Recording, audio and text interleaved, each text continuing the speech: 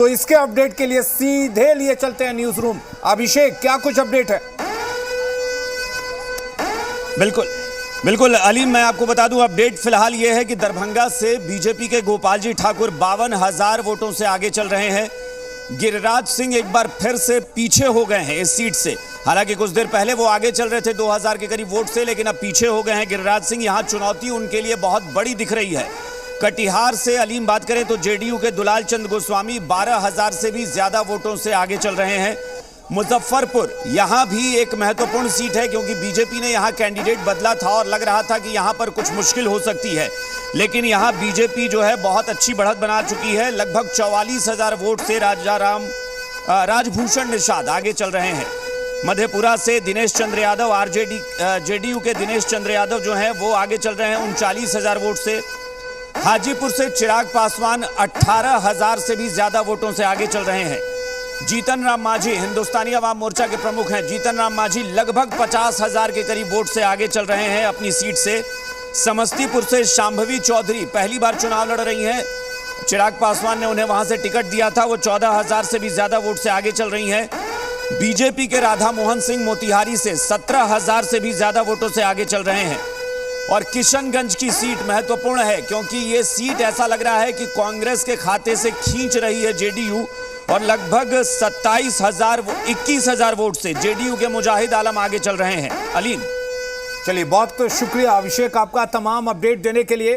तो तमाम अपडेट आपको सबसे पहले जी बिहार झारखंड पर दिखाए जा रहे हैं। काराकाट से सीपीआईएमएल के राजाराम आगे चल रहे हैं, जैसा कि उम्मीद जताई जा रही थी कि यहां पर आईएनडीआईए के उम्मीदवार को फायदा होगा।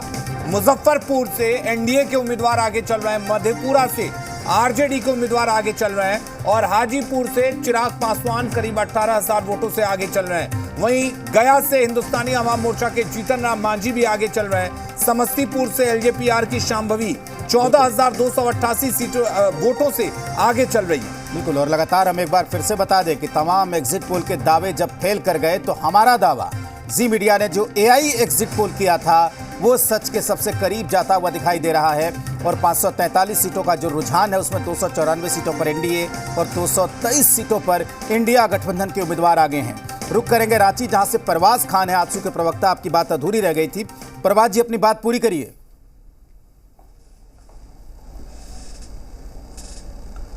हाँ, धन्यवाद। देखिए, हमारे माननीय अध्यक्ष माननीय श्री सुदेश कुमार महतो जी का एक बहुत अच्छा शब्द है कि हमारा विचार, हमारा निर्णय, हमारा तर्क राज्य की जनता को समर्पित है। और राज्य की जनता को, क्योंकि झारखंड को सृजन के लिए जिस तरह से उन्होंने लड़ाई लड़ा और उसके झारखंड के लिए जो प्रयास कर रहे हैं, जो हमारा पार्टी का भी एक पंचलाइन है, शिक्षा, हरियाली और विकास, ठीक है, तो प्रयास के साथ चल रही है और ये रुझान दिख रहा है। चलिए, ठीक है, रुझान दिख रहे हैं। एजाज अहमद का रुख कर लेते हैं। एजाज अहमद जी, पटना पाटलिपुत्रा सीट से आपके लिए जो अभी अपडेट है वो एक अच्छी खबर है कि मीसा भारती 25,000 वोटों से आगे चल रही हैं।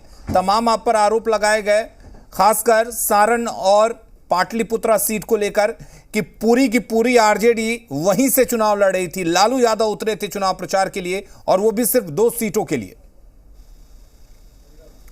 देखिए, जो लोग आरोप लगाने वाले थे वो लोग कहां पर हैं, ये स्थिति देख लीजिए। और उनको अब बताना चाहिए कि बार बार प्रधानमंत्री